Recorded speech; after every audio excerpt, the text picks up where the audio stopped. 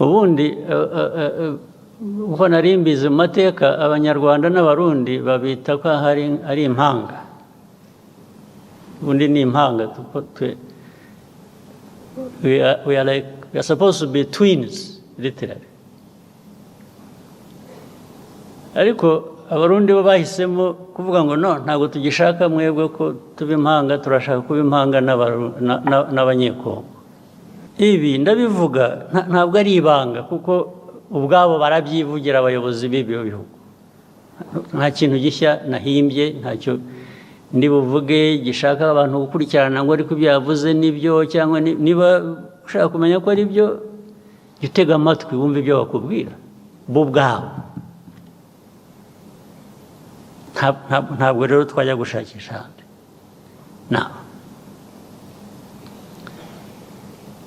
Izi ntambara zimaze iminsi, icyambere nagira ngo rwose mbisubiremo mbivugira aha, wumva ko nshobora no kuba mbeshya ampakanye, rwose ndishimana ntagira umupaka. Tubivuze kenshi, tubibwiye abantu benshi, barabizi ntibabihakana, ariko bakabivaho bakajya ku bindi. Iyi ntambara yo muri Kongo mureba ntabwo yatangijwe n'u Rwanda, ntabwo yaturutse mu Rwanda. Bose mubyandike, mubisuzume, mubikurikirane, ababishidikanyaho murabimenya ukuri kwabo. Intambara yaturutse ahandi, ntabwo yaturutse hano mu Rwanda.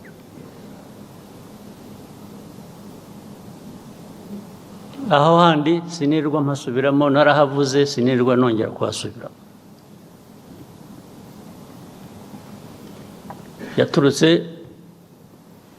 kuri Kongo, ariko ituruka n'ahandi. Uko babigenje hagati yabo ibyo ntabwo bindeba.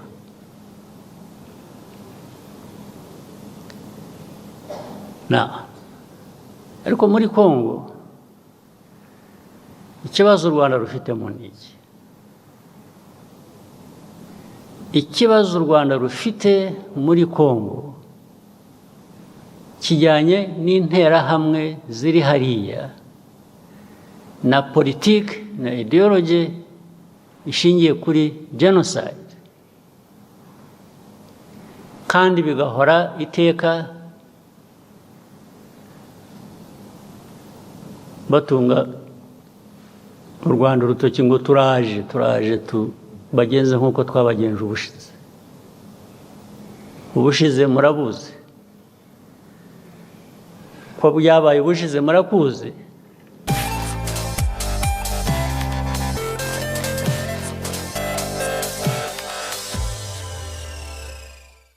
Mwaramutse neza, muraho mwese.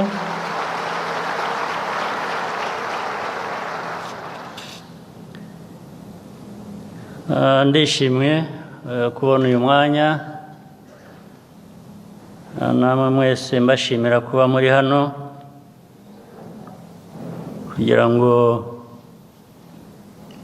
iyi nama y'umushyikirano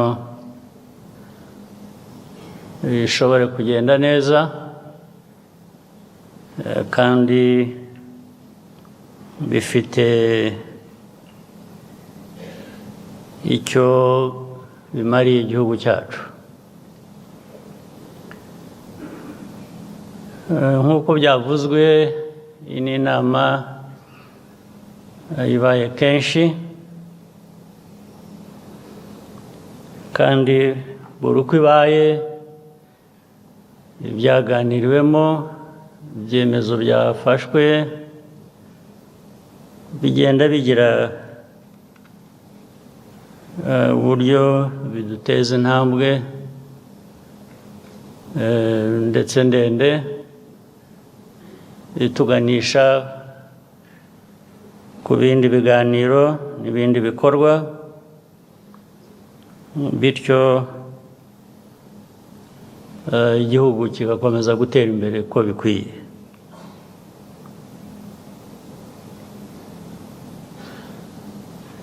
Ibyo byose tujya gutangira urwo rugendo twashingiraga ku gushaka kwigira nk'abantu nk'igihugu ku buryo tutabaho bitewe n'amahirwe twagize kubera ko hari uwatugiriye imbabazi agashaka kudufasha, yaba yabuze bikatugiraho ingaruka zitari nziza kandi mwese muzi. Kwigira rero niyo ntego, niwo mugambi, niyo nshingano twese dufite, dukwiriye kuba dufite.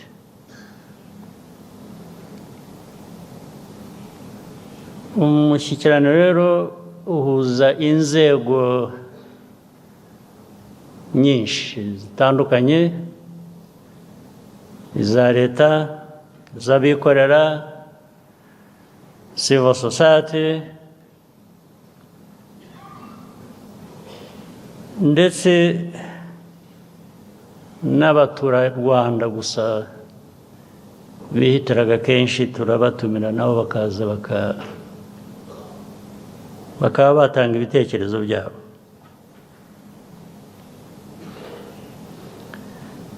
Ibyo byose imibare iragenda yerekana ko twagiye dutera intambwe. Hari imibare y'abavuye mu bukene n'abo tugejeje aho bashobora kwigira bagahera aho bagakomeza inzira yo gutera imbere. Ibi byose bigenda bigaragara. Ariko igihugu nk'icyacu, u Rwanda, ibibazo ndetse n'amahirwe twaba dufite byose ubishyize hamwe, imiterere yacu ntabwo twakumva bihagije ngo twateye intambwe. Dushaka kongeraho gutera indi ntambwe, gutera intambwe ndende kurusha iya mbere, kandi kubihozaho. Nibwo buryo twabaho, nibwo igihugu cyabaho, nta bundi buryo. Ubundi buryo ni ukwemera tukaba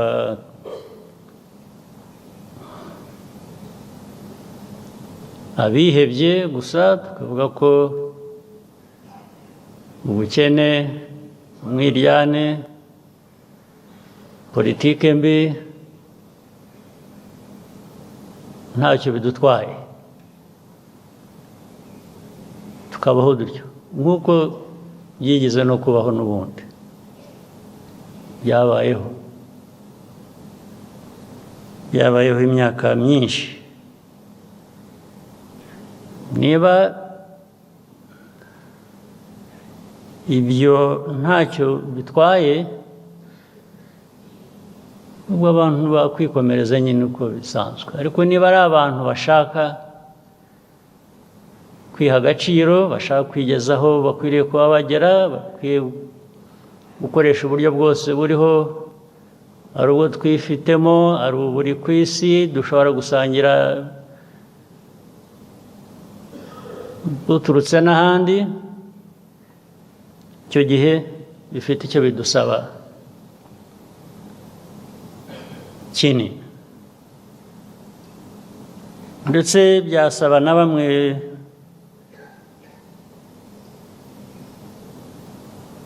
kudasinzira rwose, bikakuraza amaso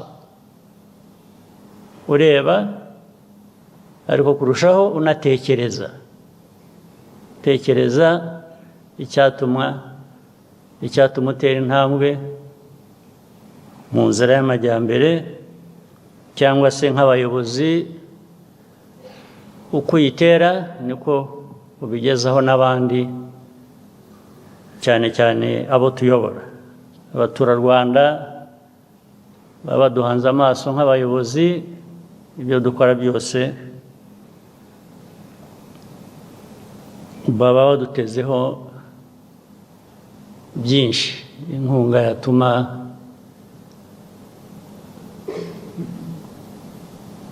bitari ukuramuka gusa cyangwa nta n'ufite n'icyizere ko ari buramuke kuramuka bikaba ngombwa kuramuka neza bikaba ngombwa kandi bigahoraho kubera ko niko abantu bakwiriye kuba bakora niko bikwiye kuba bimeze niko tunayibona na henshi handi ku isi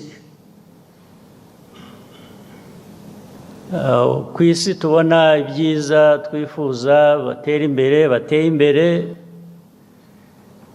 hari bamwe muri bo batangiriye nk'aho turi cyangwa nyuma yaho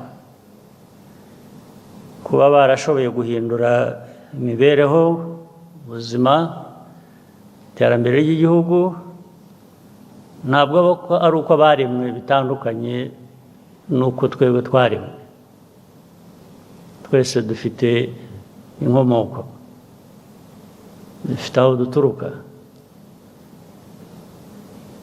ntabwo hatandukanye ku isi abantu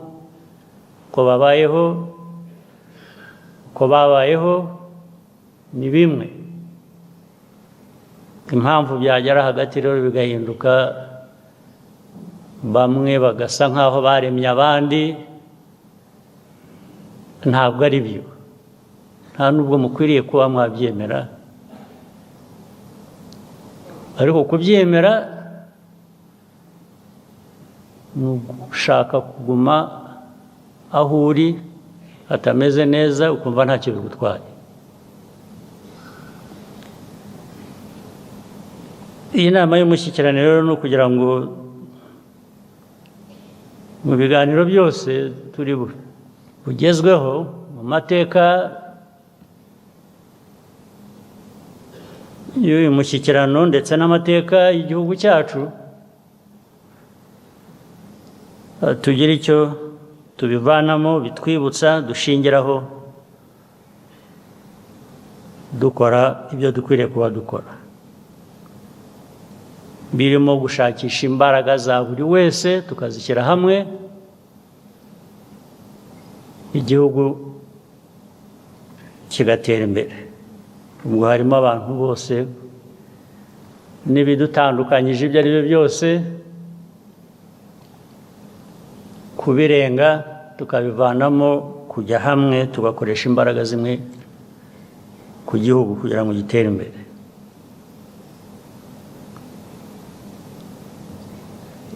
aho rero harimo no gufata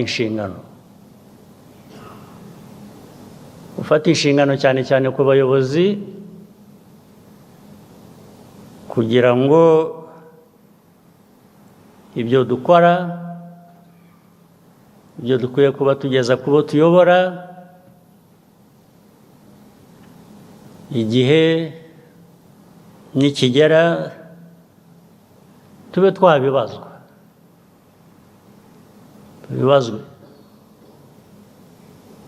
tubazwe tuti wemeye iyi nshingano isaba ibi turabizi wahawe amikoro ameza atya mu nyungu z'abanyarwanda bose ibyo wabigenje ute ayo mikoro wayakoresheje ute wayagize ayawe gusa cyangwa wayakoresheje ku buryo bigera kubo byari bigenewe. Icyo ntabwo dukwiye kukinyura uruhande n'umunsi n'umwe. Kubazwa ibyo dushinze tukabisobanura, ndetse byaba ngombwa tukabyishyura igihe tutashoboye kubisobanura ko byakoreshejwe muri izo nyungu rusange. Kandi bikunze kubaho kenshi, bibaho kenshi ndetse rimwe na rimwe bamwe bakagira amahirwe ntibamenyekane, cyangwa ibyo bakoze bitari byo ntibimenyekane, ariko dukwiye gukomeza umuco aho byamenyekanye umuntu akwiye kubibazwa, akwiye kubihanirwa. Ndetse ibi ndabivugira ko hari ibintu byinshi twashoboye gukemura, hari ndetse bijyanye n'umuco twahinduye hirya no hino, ariko hari ibindi byanga bigakomeza kandi birangiza, bituma tudatera intambwe ndende mu gukemura ibibazo by'igihugu n'abanyarwanda. Ntanze urugero rworoshye rwihuse, mugomba kuba mubizi mwese, ibintu bijyanye n'imishinga. Imishinga isaba ibintu byinshi, kuyitegura no kuyishyira mu bikorwa. Ugasanga umushinga warateguwe ariko utegurwa bituzuye, kubera ko niba ari urwego runuru rubishinzwe mbere y'abandi,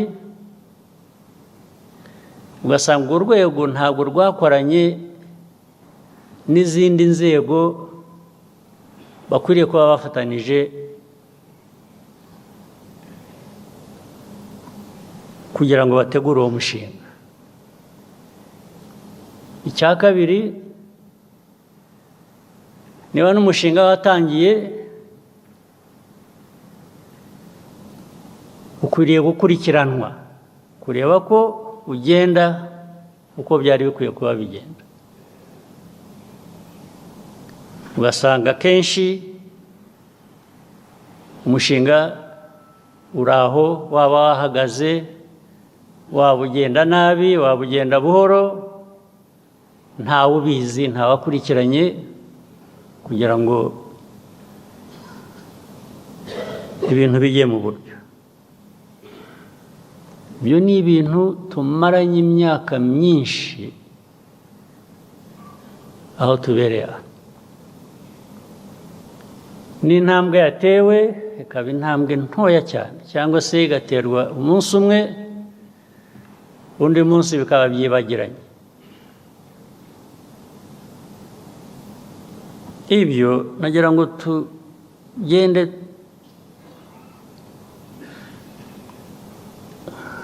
tubishakira umuti, tubigeza ku musozo wabyo. Bigomba kugira ubwo bihagarara, ntabwo byahoraho bityo iteka. Cyangwa se uburyo bwo kubikurikirana no kubaza abantu bisobanura, akaba ari wo urushaho intambwe bikajya mu bikorwa. Tukamenya ko bitagenze neza byose biba bifite uwo bishinzwe akabibazwa vuba na bwangu, bidakomye no gutinda. Ibyo ndabibibutsa kandi ndabibasaba tugomba gushaka uburyo ibyo birangira. Hari ibindi byinshi bikorwa nabi bikavanga bikazanamo leta bikazanamo abikorera bikazanamo ugasanga umushinga waratangiye urakorwa uragenda nabi. Hari imishinga myinshi tuzi iriho n'ubu ngubu yose nirwa mbirondora.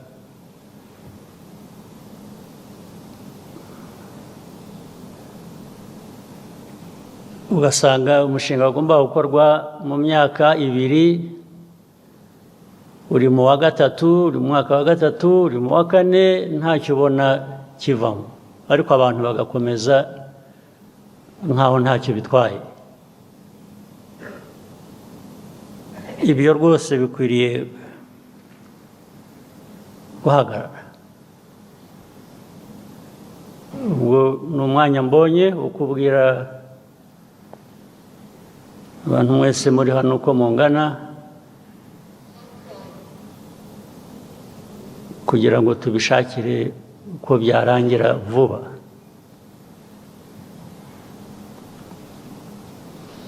Ndetse ugasanga bakora mu mushinga abaturage bakwiriye kuba bishyurwa ubundi nta kibazo bafite. Abayobora imishinga ndetse harimo n'abikorera bo barahembwa imishahara barafite inyungu zabo, ariko ukora wa buri munsi wa wundi umuturage ntacyo ahabwa. Wazabaza bakakubwira ibibazo byari bihari, ariko niba byari biherewe kuki wahembwe, kuki waba warahembwe wowe umuturage wakoraga ntahembwe. Ejo bundi aha mu minsi mikuru igihe cya Noheli n'Ubunani tuvuyemo, hari ahantu hatandukanye abaturage bari bagiye kugumuka kubera ko ababayobora bayoboye imishinga baba aba private sector cyangwa government bo bari mu bwangu bashaka kwigendera ngo bajye mu kuruhuka, ariko umuturage buri munsi byatwariraga umwanya kugira igikorwa akora, we mukamusiga aho ngaho ntacyo mumwishyuye. Icyo kigomba guhagarara byanze bikunze, cyangwa se abantu bagomba kubibazwa bakabyishyura. Niba biri mu mujyi wa Kigali, meya n'abandi bayobozi kwiye kubibazwa. Ibazwa ntabwo ari ukubazwa gusangura kubaza usubiza icyo ushaka, kubibaza mvuga urakwiye kubihanirwa. Ubwo ni urugero ntanze, ariko n'ahandi hari hose no muri za minisiteri aho mufite uruhare mu bikorwa mu baturage, mujye mubikurikirana murebe ko ibintu bigenda mu buryo uko bikwiye. Niba havutse ikibazo, icyo kibazo kirasobanurwa, abantu barasobanura, abantu bakabyumva. Ibyo nta ngorane ikwiriye kubihari. Kuri ibyo by'uruhande rutureba ku buryo bw'umwihariko nk'u Rwanda, reka mbihagaritsa. U Rwanda n'ibibazo byacu, hari ibibazo byinshi rwose dufitemo uruhare twebwe bitureba. Ntabwo twavuga ngo hari undi wabiduteye, ni twebwe twiteye ibyo bibazo. Dukwiye kuba tubishakira umuti, ntitugire abo tureba ahandi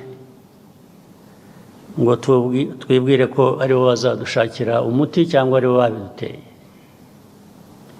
Ibyo nibyo nsorezaho mbabwira ku bijyanye n'igihugu cyacu. Ariko igihugu cyacu gifite amateka maremare kandi atari meza. Uhereye mu myaka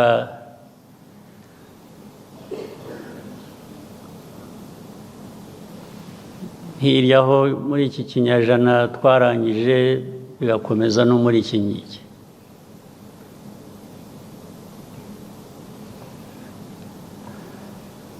Ibyo bibazo muri ayo mateka ni ibituruka hanze. Igihe rero dushaka gukemura ibibazo byacu binavugaga bitureba nk'igihugu, dukwiye no kuba twibuka iteka ko hari ibikomoka muri twe, hari n'ibikomoka hanze.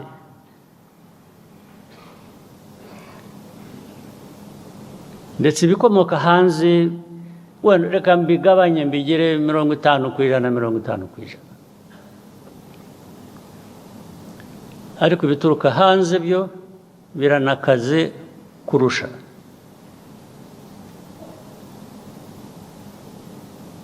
Niho rero navugiraga bya bundi bwa mbere kuvuga ngo ikintu cyo kugira ngo mwemere ko mwabaho kubera abandi ni icyaha, dukwiye kukigira icyaha. Ntabwo twaremwe n'abantu abo ari bo bose, ntabo.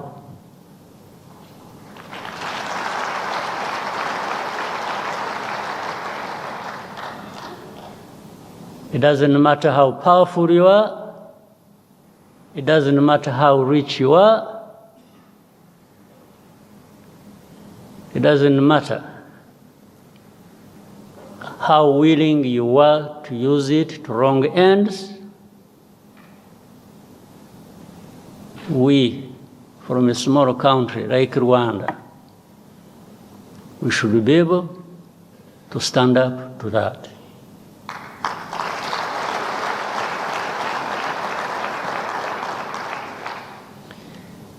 Kuri jye ibingibi tuvuga by'amajyambere byaje mu nshyikirano, twavuze projet zitagenda neza, biki, okay, nibitureba tugomba gukosora. Ariko ntabwo wabikosora neza utafite kumva ahuva n'ahujya n'icyo uri cyo n'ikikugize icyo uri cyo.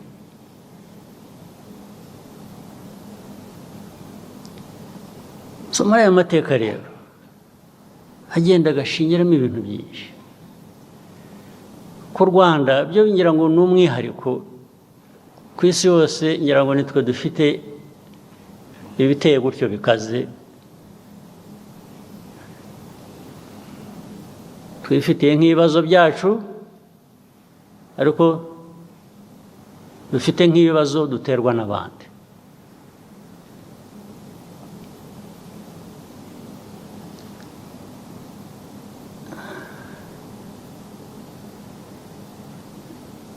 Reka mpere ku bibazo by'akarere turimo.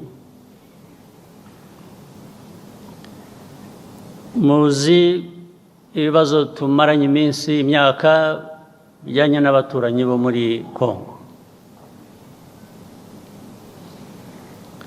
Ndetse rimwe na rimwe hakajyamo ibijyanye n'abaturanyi b'amajyepfo mu Burundi, kubera ko bahisemo kuba ubundi uko nari mbizi mu mateka, Abanyarwanda n'Abarundi babita ko ari impanga. Ubundi ni impanga. We are supposed to be twins, literally. Ariko Abarundi bo bahisemo kuvuga ngo no, ntabwo tugishaka mwebwe ko tuba impanga, turashaka kuba impanga n'Abanyekongo. Okay, nta kibazo ufitanye nabyo. Niba umuntu afite guhitamo uwavukana nawe cyangwa wabana nawe impanga, ibyo ntacyo nabikorera yewe, urabyemera. Ariko uko kuba impanga cyane cyane kurimo politike mbi, politike yo kwiyanga no kwanga abandi, ibyo bakabihuriraho. Ibi ndabivuga ntabwo ari ibanga, kuko ubwabo barabyivugira abayobozi b'ibyo bihugu.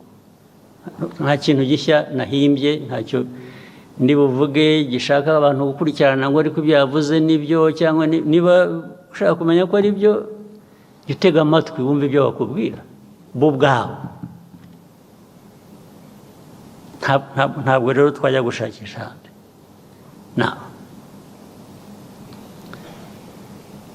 Izi ntambara zimaze iminsi, icyambere nagira ngo rwose mbisubiremo, mbivugire aha mwumva, uzi ko wumva ko nshobora no kuba mbeshya ampakanye, rwose ndishimana, ntagira umupaka. Tubivuze kenshi, tubibwiye abantu benshi, barabizi, ntibabihakana, ariko bakabivaho bakajya ku bindi. Iyi ntambara yo muri Kongo mureba ntabwo yatangijwe n'u Rwanda, ntabwo yaturutse mu Rwanda. Bose mubyandike, mubisuzume, mubikurikirane, ababishidikanyaho murabimenya ukuri kwabyo. Iyi ntambara yaturutse ahandi, ntabwo yaturutse hano mu Rwanda.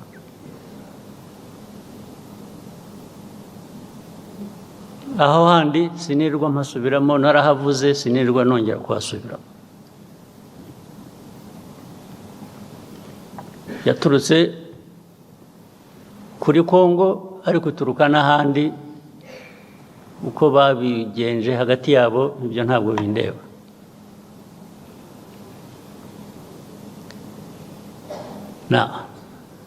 Ariko muri Kongo ikibazo u Rwanda rufitemo ni iki?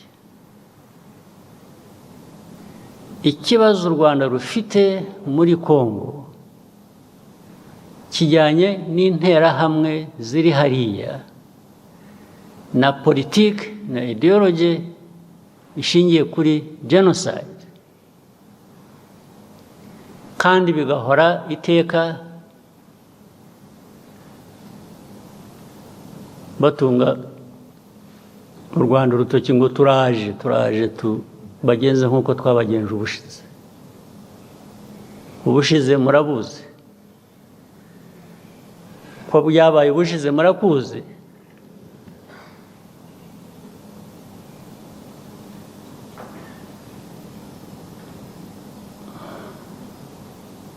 Sinzi niba mutegereje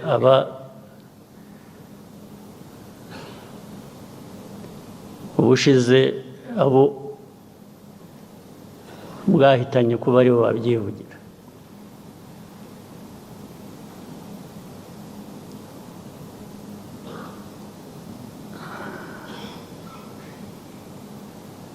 Ibyo rero nabyo bikongera, nibyo navugaga bituruka hanze.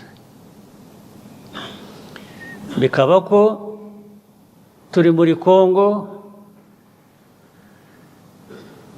gushaka amabuye y'agaciro, ko aricyo gituma dufitanye ibibazo na Kongo. Bikaba ko u Rwanda rwacu ari rutoya, dushaka kujya muri Kongo kugira ngo turwagure. Impamvu zikaba nyinshi, bakahimba impamvu, ariko bakanyura iruhande rw'ikibazo kimwe bazi nabo bagizemo uruhare, kijyanye n'interahamwe ziri hariya muri Kongo. Interahamwe zari zaratujwe, interahamwe zahawe imbunda hari abari basanzwe babizi, abashya bagirwa ingabo za Kongo cyangwa se ku rundi ruhande birakora.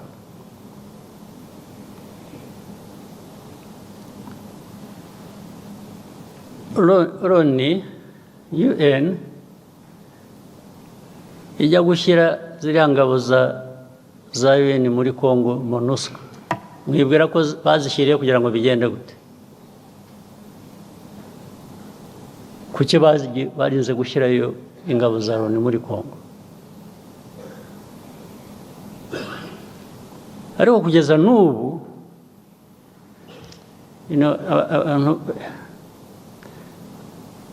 iyo uvuga Loni rero ntabwo umuntu yumva neza icyo uba uvuga, cyangwa iyo uvuga international community, whether UN or international community, they more or less add up to nothing. Because the UN is everybody, but at the same time it is nobody. The international community is all of us, but actually it is none of us when it comes to some of these problems. So you don't know who to hold responsible. Who is supposed to be held responsible? In the end, the convenient path is to find a culprit, to find somebody who is responsible, and that becomes Rwanda. When you talk about Rwanda, you know what you're talking about. It is this small country of ours, you, me, and others. But when you say international community, you really, who are you talking about? Now, that force was put there. I just use a simple explanation, try and cut the long story short.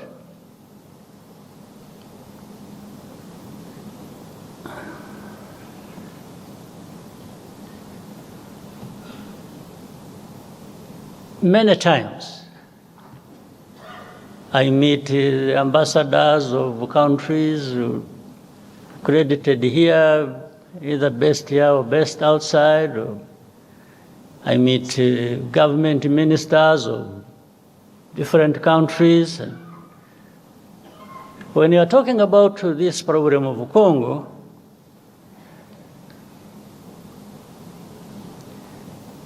one of the many questions they ask is always, how many Interahamwe are there in Congo? How many FDLR?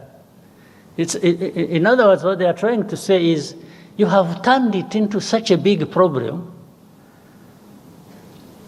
when actually they say some of them are old. They are 90 years old. I say, but if you are saying they are 90 years old, it means they are there.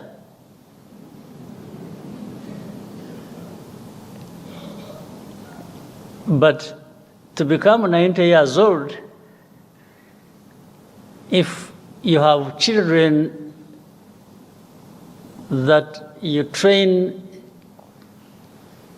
and put in their heads this kind of ideology, and they end up being militias or fighters within FDLR,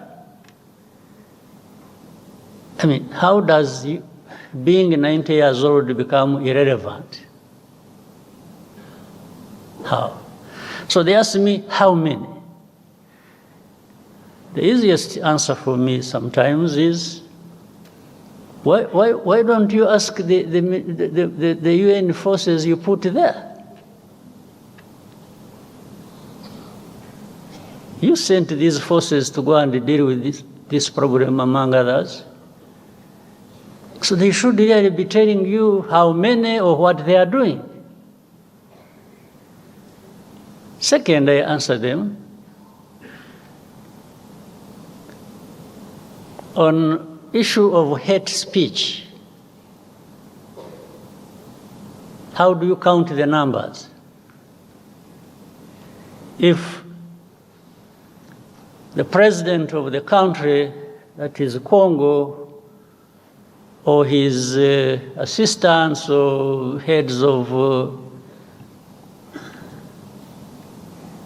different institutions publicly talk about genocide, talk about attacking Rwanda, talk about all kinds of things as relates to genocide ideology.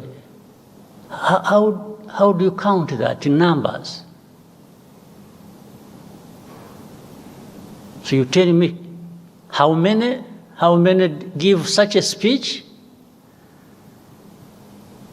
Well, I also tell you, even if you think there are few who give such a speech, there are millions who are listening. And among them, they are recruited into that, and they become part of the threat that Rwanda faces. Others come and say, yeah, but Rwanda, I think you are strong enough. I have not understood the meaning. I say, strong enough to do what? To sit back and be run over? I said, is that what you do in your own countries?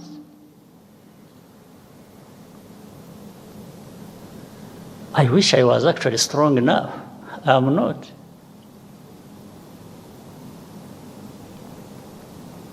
I wish I was strong at all. Then I would, take such threats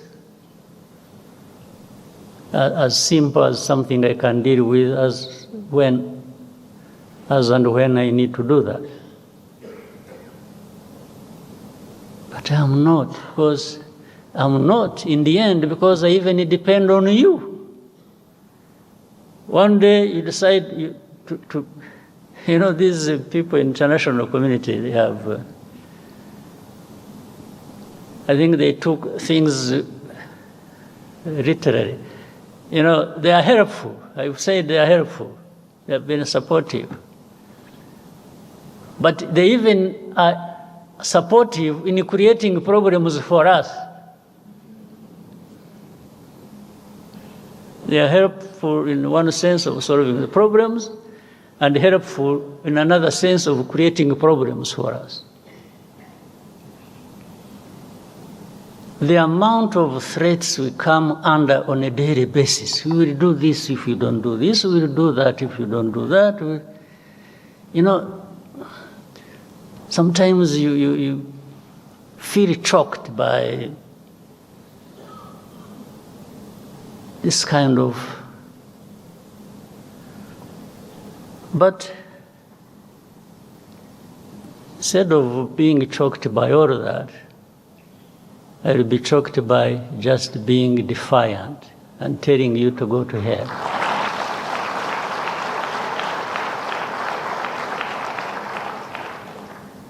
You can't create problems for me, at the same time come and blame me for these problems, and then start threatening me?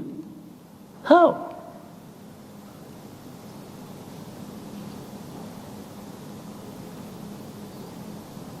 How?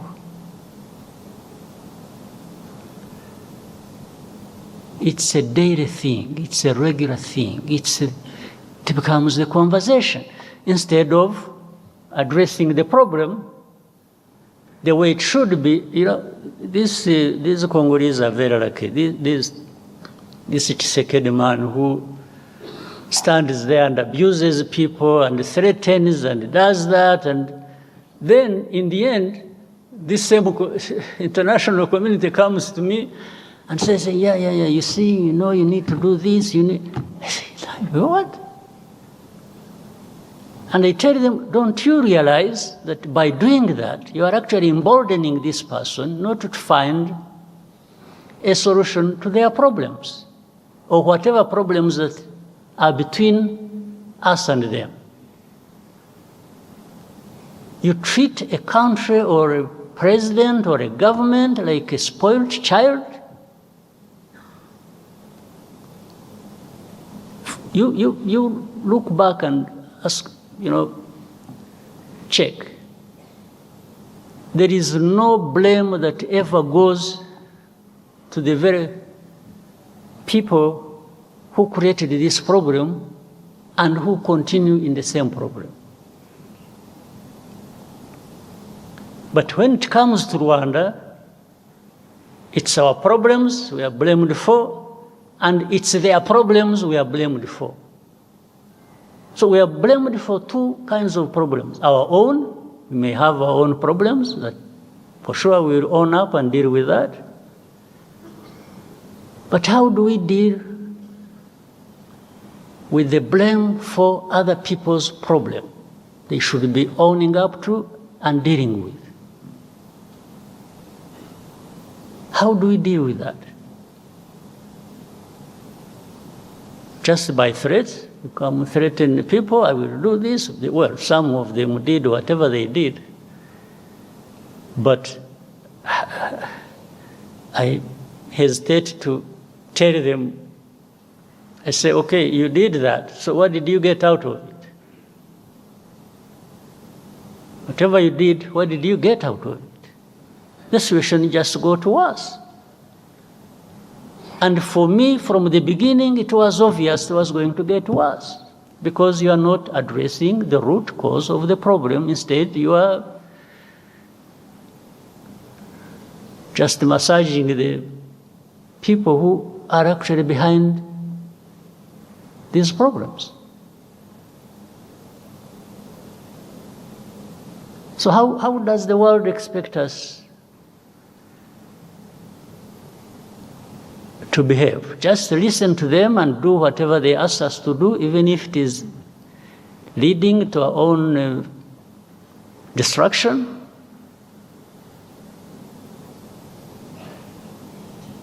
Let me tell you, it's really not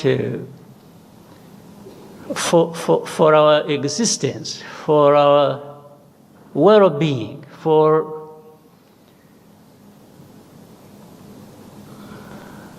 if somebody intends to create these problems for us, we don't expect we don't expect to be asked to ask for favors from the ones who are causing these problems to us. We are not going to ask for a favor. Well, maybe someday, when there are people who are like we have been decades and hundreds of years ago, maybe those people, because who knows, we can always, through such manipulations and so on, have people emerge who think that is the way we should live. Maybe, I don't know, but in some of us, his lifetime, in our lifetime, some of us will try and stand up to that.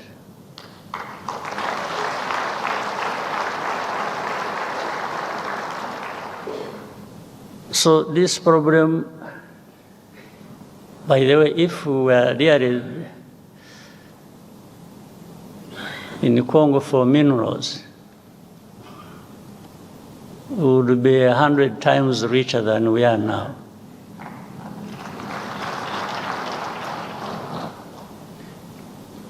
But I think also why we are, and I saw recently people sort of celebrating. They say, you see, we have always said Rwanda is in Congo, and they have been denying. Now they have... No, that is nonsense. I think people who are being told are not listening. And what they have been told for years, they have not been listening, because I've been asked thousands of times. They say, is Rwanda in Congo? There is something that says everything you need to know about defensive measures we took to deal with that threat coming from Eastern Congo or from Congo. Now, my answer, simple answer, which says everything, has always been, if you ask me whether we are in Congo, do you first ask yourself, why would Rwanda be in Congo? Then you would get the answer without asking me. If you ask yourself that this Rwanda, which is accused of being in Congo, why this accusation? First of all, it is not about minerals. That one is aside, for sure. It's not for any other thing, for sure. Except we have told you for the last 30 years about the threats coming from Congo to do with our security, and those threats have materialized several times. You just don't want to see it, you don't want to hear it.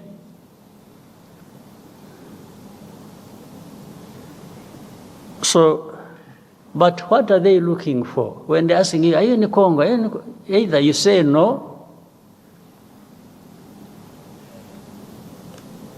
and the question of defensive measures we took are also seen as if they are not there. And if you say yes, that becomes the only problem in the world to deal with.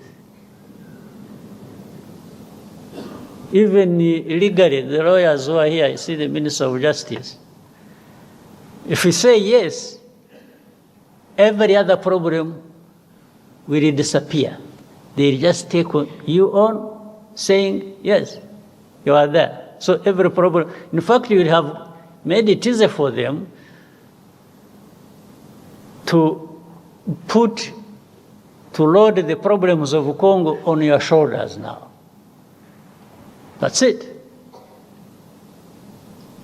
So you saw one time a journalist asked me, say, are you in the CNN? It was, I must have seen it. And when I said, I don't know. Simply, that is really technically not an answer I should have given.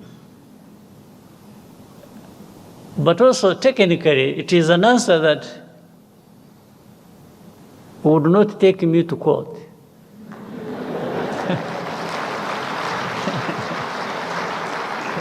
So, how do you prosecute an ignorant man who doesn't know what you're even talking about? It becomes difficult. So, but this whole back and forth thing has trivialized the real issue. The real problem has been trivialized. But there are bigger issues to deal with. Congo must own up. They have responsibilities and must not transfer their responsibilities to Rwanda. We're not responsible for Congo. The history and whatever it is, that one, people can make their own judgment. But we cannot carry our own problems and carry Congo's problems. No. And for protecting our people, that one we shall. There's no question about it.